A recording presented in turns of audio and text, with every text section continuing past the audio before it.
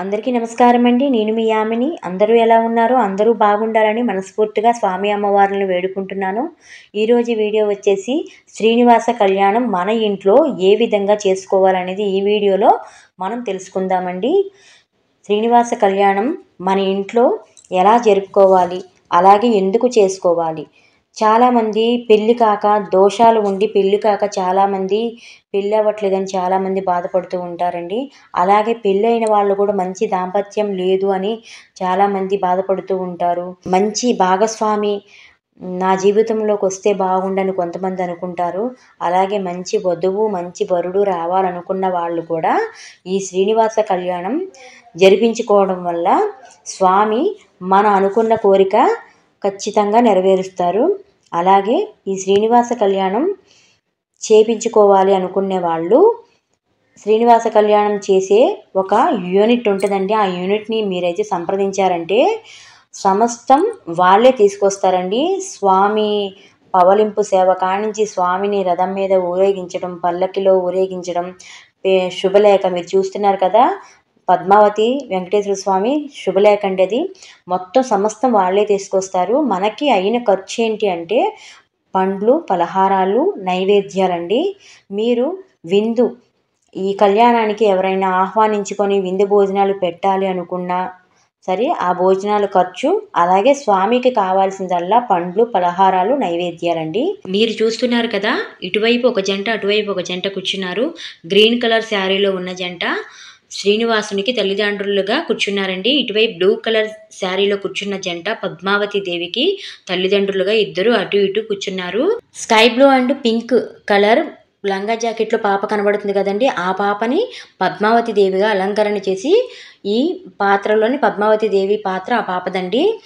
ఇప్పుడు తాంబూలాలు కార్యక్రమం ఇచ్చిపుచ్చుకున్నది అయిపోయిందండి. తర్వాత ఇప్పుడు పెళ్లి పనులు మొదలు పెట్టాలంటే మొదట పసుపు దంచుకోవాలి కదండి. పసుపు దంచిన తర్వాతే పెళ్లి పనులన్నీ మొదలు పెట్టుకుంటారు.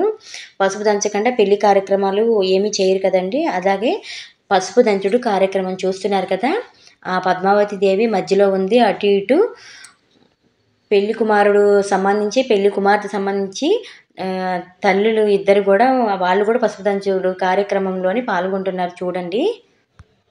పసుపు దంచుడు కార్యక్రమంలోని అందమైన బొమ్మల కొలువు పెట్టి పసుపు దంచుతున్నారు చూడండి, ఎంత అందంగా ఉన్నాయో బొమ్మల కొలువు. ఈ పాప అచ్చంగా పద్మావతి దేవిలాగే ఉందండి. ఈ పాప అమెరికాలో చదువుతుందట, అమెరికాలోనే ఉంటుంది. కానీ మన తెలుగు ఇంత కూడా తడబడకుండా మనం ఎలా అయితే మాట్లాడతామో అట్లాగే మాట్లాడుతుంది పాప. ఈ శ్రీనివాస కళ్యాణం జరిపించే వాళ్ళ మనవరాలండి. ఎవరైనా పెళ్ళి పెట్టుకున్న తర్వాత మొదటిసారిగా పసుపు దంచుతారండి. పసుపు దంచుడు కార్యక్రమం అంటే ఏమిటో తెలుసు కదండి. పచ్చని తోరణాలు ఇంటి ముందు కట్టి రోకలికి పసుపు కుంకుమ పువ్వులతో అలంకరణ చేసి అందమైన ముగ్గులతోని అలంకరణ చేసి ముత్తైదువులందరినీ పిలిచి పసుపు దంచిస్తారండి. ఈ పసుపు దంచుడు కార్యక్రమం అలా ఫస్ట్ చేసిన తర్వాతే పెళ్లి పనులు ఏదైనా మొదలు పెడతారు కదండి.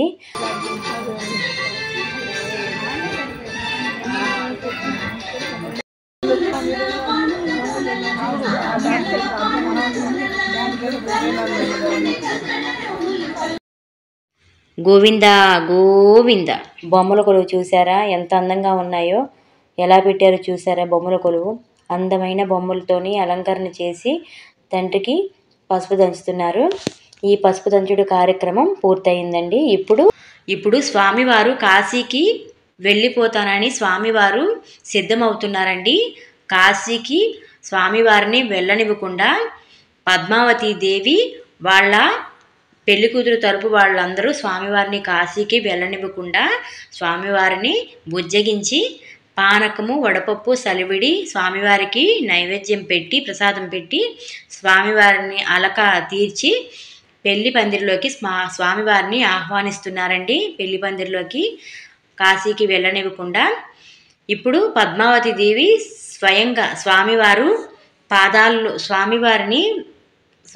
పాదాల మీద పువ్వులు చల్లుతూ పద్మావతి దేవి స్వామివారిని పెళ్లి పందిరిలోకి ఆహ్వానిస్తుందండి.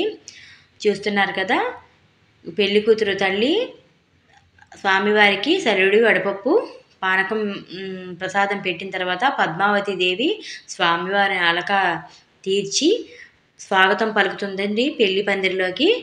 ఇప్పుడు స్వామివారిని తీసుకొచ్చి పెళ్లి పందిరిలో కూర్చోబెట్టారండి. పెళ్లి మండపంలోకి స్వామివారిని కూర్చోబెట్టారు. స్వామివారికి పాదాలు కడిగి ఆ నీళ్లు తలపై చల్లుకుంటున్నారండి అందరూ. శ్రీనివాస, శ్రీ వెంకటేశ, గోవింద గోవింద అనుకుంటూ శ్రీవారు పాదాలు కడిగిన నీళ్లు అందరూ తలపై చల్లుకుంటున్నారండి. తర్వాత మంగళసూత్ర ధారణ జరుగుతుంది. స్వామివారు స్వయంగా అమ్మవారికి మంగళసూత్రం మెడలో కడుతున్నారండి. చూడండి, మంగళసూత్రాన్ని అందరికీ చూపిస్తున్నారు. పద్మావతి దేవి అమ్మవారికి స్వామివారు మెడలో తాళి కడుతున్నారు.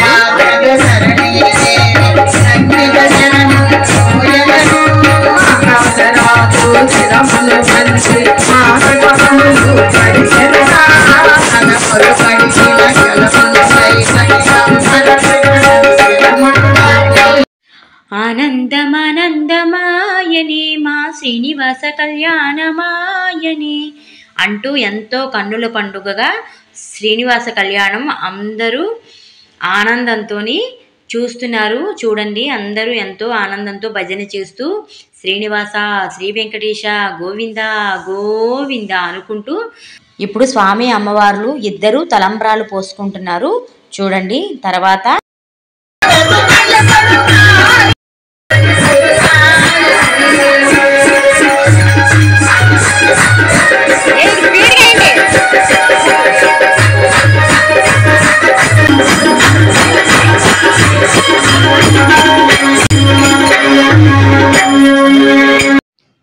మనం చూస్తున్నాం కదా, స్వామివారి దగ్గర ఎంత ఆడుతూ పాడుతూ చిందులు వేస్తూ స్వామివారి కళ్యాణ వేడుకల్లో ఎలాగా ఆనందిస్తున్నారో అందరూ చూడండి. మీరు కూడా చూసి ఆనందించండి. స్వామివారు చూసారా ఎంత నవ్వుతూ, చిన్ని బోసి మొహంతో ఎంత నవ్వుతూ స్వామివారు ఆ కళ్యాణాన్ని చూస్తున్నారో చూడండి. ఏదైనా సరే మనం మనసుతోని మనం చూసే చూపును బట్టి ఏదైనా ఉంటుందండి. నాకు మాత్రం ఆ స్వామివారు ఆ కళ్యాణ వేడుకలు బాగా చూస్తున్నారు, ఆనందిస్తున్నారని నా కంటికైతే అనిపించింది. ప్రతిసారి ఇలా అంటున్నాను అనుకుంటున్నారేమో, నా కళ్ళకైతే అలాగే అనిపించింది. మనం ఏ భావనతోనైతే మనం ఏ దేవుణ్ణైనా మనం చూస్తామో అదే భావన మనకు కలుగుతుంది కదండి. అలాగే నాకు కూడా నేను ఎక్కడ చూసినా ఏ దేవుణ్ణి చూసినా నాకు ఆ స్వయంగా ఆయన ఆనందిస్తున్నాడు, చక్కగా చిన్ని చిరునవ్వుతోని ఎంతో ఆనందంగా ఆ కళ్యాణాన్ని ఆయన కూడా ఆనందిస్తున్నారనే భావనతోనే నాకైతే నా మనసుకైతే కలిగిందండి ఆ తండ్రిని చూస్తే. ఇప్పుడు స్వామివారిని 7 కొండలు ఎక్కిస్తున్నారు చూడండి. 7 కొండలు ఎక్కించి 7 కొండలకి లడ్డూలు, స్వామివారు 7 కొండలు ఎక్కేటప్పుడు లడ్డూలు పుష్పాలతోని లడ్డూలు ఆయన దగ్గర పెట్టి పుష్పాలతో లడ్డూలతోని ఆయన 7 కొండలు ఎక్కిస్తున్నారు. చూస్తున్నారు కదా.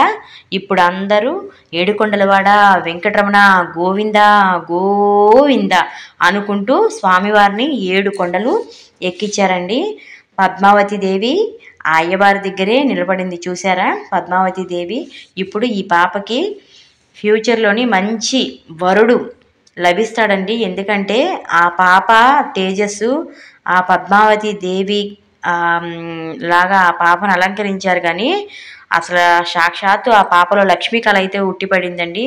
ఆ పాప అచ్చం అలాగే ఆ పేరు పద్మావతి దేవి అని మనం ఆ పాపని ఎలాగైతే అక్కడ అలంకరించారో ఆ పాపకి కరెక్ట్గా ఆ పేరు సూట్ అయిందండి. ఆ పాప భవిష్యత్తు కూడా అలాగే నిండు నూరేళ్ళు మంచి భర్త వచ్చి నిండు నూరేళ్ళు చల్లగా ఉండాలని మనం అందరం మనస్ఫూర్తిగా కోరుకుందాము.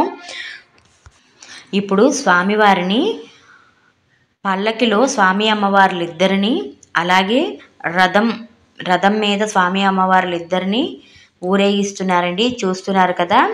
స్వామివారిని పాదాలు కూడా తలపై పెట్టుకొని అటు ఇటు ఊరేగిస్తున్నారండి. స్వామివారికి ఇలాంటి కళ్యాణం చేసుకుంటే ఇంట్లోని నిత్య కళ్యాణం పచ్చతోరణం లాగే ఉంటుందండి. ప్రతి ఇంట్లో కూడా ఆ శ్రీనివాసుడు కొలువుదీరి ఉంటారు.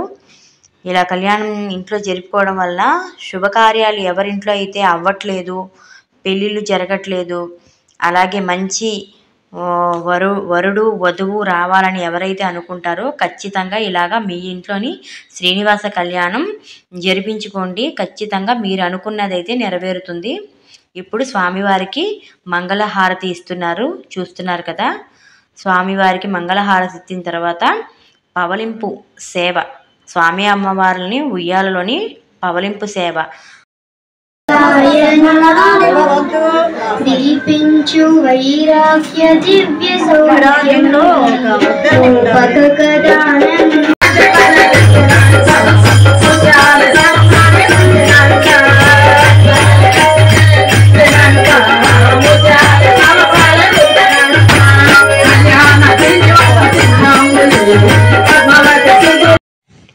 చూశారు కదండి శ్రీనివాస కళ్యాణం వేడుకలు. తండ్రి ఎంత రంగరంగ వైభవంగా ఈ కళ్యాణాన్ని జరిపించుకున్నారో మాతో పాటు మీరు కూడా చూసి ఆనందిస్తారని ఈ వీడియో మీతో పంచుకోవాలని నేను చేశానండి. అలాగే మీరు ఏదైతే పెళ్ళి కావట్లేదని, లేదంటే మీకు మంచి జీవిత భాగస్వామి దొరకాలని అనుకుంటున్నారో ఎవరైతే, ఖచ్చితంగా మీ ఇంట్లో కూడా ఇలాంటి కళ్యాణం జరిపించుకోండి. ఖచ్చితంగా తండ్రి మీరు అనుకున్న కోరిక ఖచ్చితంగా నెరవేరుస్తారు.